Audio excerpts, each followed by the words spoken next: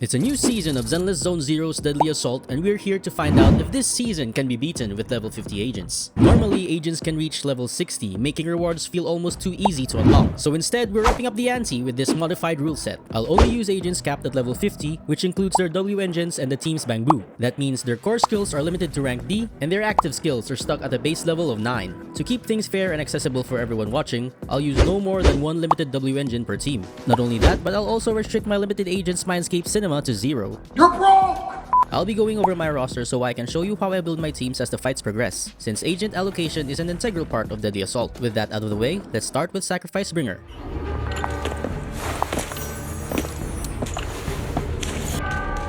Okay, so one thing to keep in mind with this encounter is that he has a pattern that he usually follows before looping back to the beginning. Emphasis on usually. With this information, I at least managed to lessen the erratic nature of this boss encounter.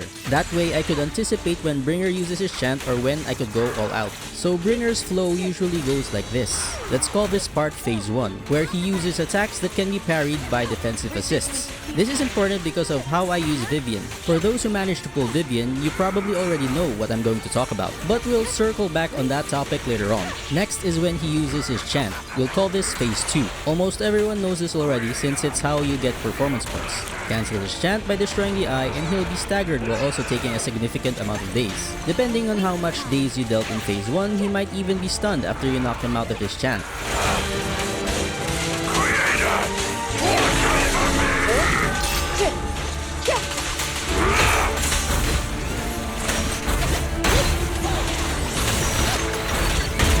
Now with Nicole using the Astral voice set, I wanted to make sure that both Vivian and Yanagi could get the buff during the stun window, which is why I activate with Nicole's EX and then start with Vivian, which counts as a quick assist. Then I cycle to Nicole, then cancel the chain attack to quick assist to Yanagi. Now both of them have the Astral voice buff for a brief period. I didn't use Yanagi's chain attack because 1, other than the anomaly and decibel buildup, it doesn't really do that much damage for non-crit based carries. Not only that, but since Yanagi is already sitting on her ult, she didn't need the extra decibels. Not to mention the time wasted watching the chain attack animation.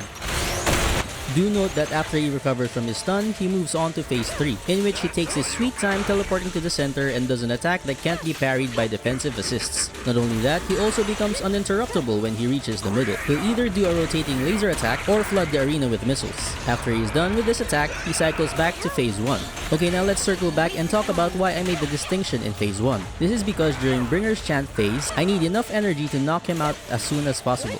So in order for Vivian to generate guard feathers without using an EX skill or waste time auto-attacking, I could instead parry with a defensive assist with Vivian and she'll generate 2 flight feathers and enter the fluttering frock state. It's when she's hovering. Then I could just swap out and she'll automatically do her fluttering frock suspension, which converts all flight feathers to guard feathers. That said, it's important to wait for the conversion to happen before using any EX skills. Otherwise, it won't trigger Vivian's Flutter Bloom attack. It's the one that causes the Bloom and Prophecy to activate. After seeing my roster, you might be wondering, hey, why are you using a composition that would be a shoo-in for the Unknown Corruption Complex? This is because me and my friends have this little game where on top of the level 50 restrictions, we try to beat Bringer without using Miyabi. And since this encounter's mechanics is heavily reliant on anomaly and disorder procs, I ended up with this team composition. Mind and body. Will I be able to get the S rank for this encounter? Who knows? Stick around until the end to find out. Who dares get between me and Lord Satan?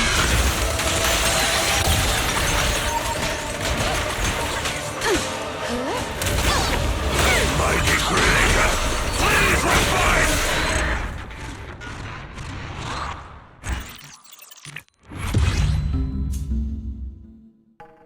Before we dive into the gear section, I want to share the different team compositions my colleagues use for this encounter. This time around, I built Nicole for Anomaly because I didn't want her diluting the overall corruption anomaly damage dealt by Vivian. This was an important adjustment since Nicole is notorious for building up the Ether anomaly gauge. Now aside from my usual Yanagi setup, I made the decision to switch out the Fusion Compiler for a Weeping Gemini, since I needed more anomaly proficiency for her polarity disorder. And I didn't really need the pen ratio from the Fusion Compiler since I have Nicole on the team. As for Vivian's loadout, I just scrambled whatever Phaeton's Melody disk drives I can roll, since I didn't expect getting her in less than 10 pulls. Here's a quick look at my remaining agents before proceeding to the next boss.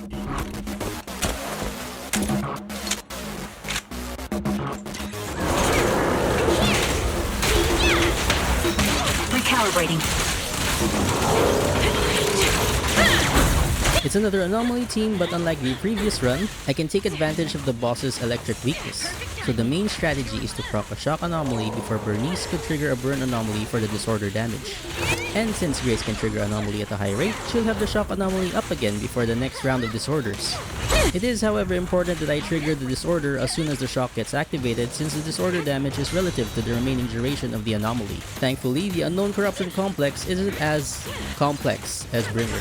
By now, the gimmick of this boss is already common knowledge.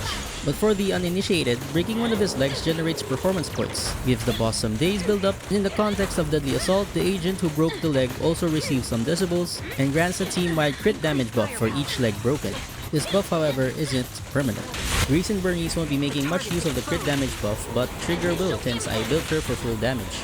I built her that way because of what happens during the stun window. Now remember when I said breaking the legs generates performance points? Well, during the stun window, the main body of the unknown corruption complex becomes vulnerable, and with enough damage you can trigger a disintegration proc, which gives you the same benefits as breaking a leg.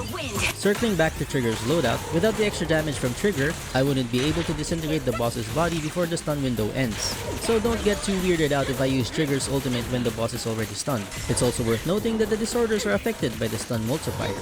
Other than that, I tried to keep my distance from the boss and only approach whenever I use Grace's special attack or EX special attack. I know Trigger builds can be a bit debatable, but that just shows how flexible she is as an agent. Agree or disagree, I encourage you to share your thoughts in the comment section below. I'm always open to hearing other people's opinions, especially when it allows me to learn new mechanics that I would have otherwise missed. Will I be able to get the S rank for this encounter? Who knows? Stick around until the end to find out.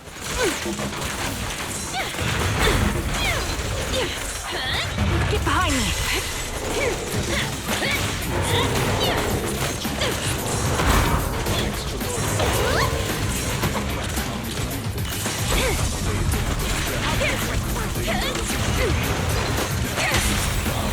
Press the advantage.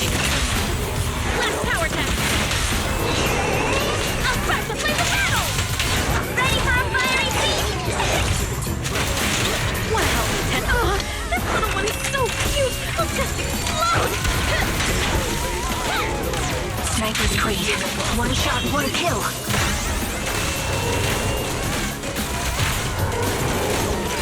Going into overtime. My sights.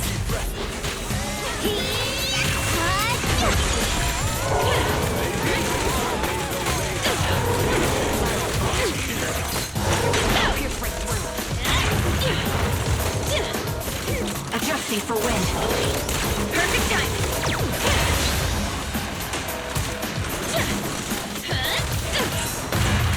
Increase firepower.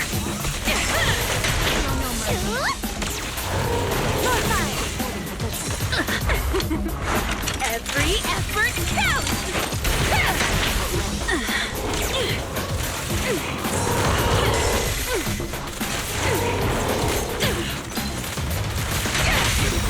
The target's exposed.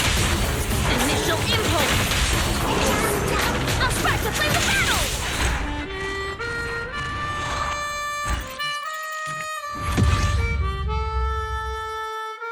As always, here's what my colleagues used on their level 50 runs. This time around, I equipped Bernice with a 2-piece swing jazz set because I encountered energy problems. And since I saved my ultimates for the stun window, which wasn't the case in last season's Deadly Assault, I couldn't get away with using a 2-piece Astral set for an extra 10% attack. For Grace, I just lent her Yanagi's loadout, since Thunder Metal would just get overwritten once Bernice procs the disorder, and Freedom Blues would just dilute the shock anomaly whenever Trigger contributes to the anomaly buildup. And here's my full DPS trigger. I'll let you examine it yourselves and form your own opinions regarding this one. All I can say is that this isn't an all-situation build. I would for sure swap in some impact percentage if the situation calls for it. Here's a quick look at the remaining agents before proceeding to the last encounter.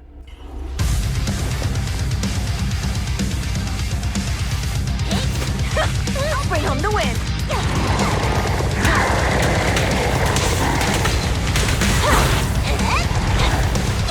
Okay, another neutral element set up for this encounter, but thankfully, due to how easy it is to garner performance points, it wasn't as much as a problem as Bringer. Not only that, but I also like Corin's EX skill interaction with Lucy's Cinema 6 upgrade. Seeing the multiple Boar airstrikes is cathartic to say the least. Not much going on with this boss other than the annoying jumping attack that wastes your time, which is why I use Lucy's EX skill to close the distance with the quick assist. This is probably one of the few instances where I would run impact percent on Caesar since I wanted to stun the boss as much as I can due to how Corrin's damage works. So with this information, the strategy was pretty straightforward. Stun the boss, get behind him to take advantage of the steel cushion W engine, and deal damage, rinse and repeat. I might have missed some other mechanics regarding this fight, so feel free to share what you find out.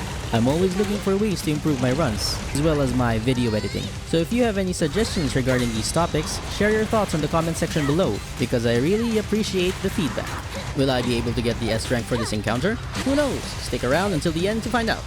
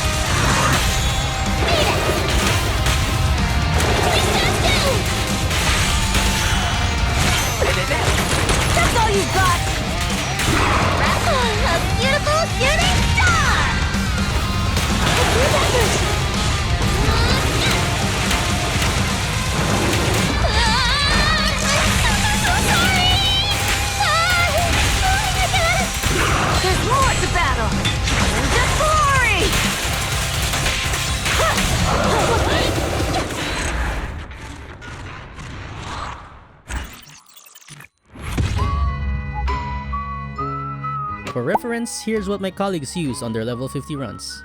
For Lucy, I wanted to boost her boar's damage output, so I tried my best to give her crit rate and crit damage. Not only that, but I ran with an energy percent 6 slot despite having an energy regen for her W engine. This is because I wanted to keep the cheer on buff active at all times.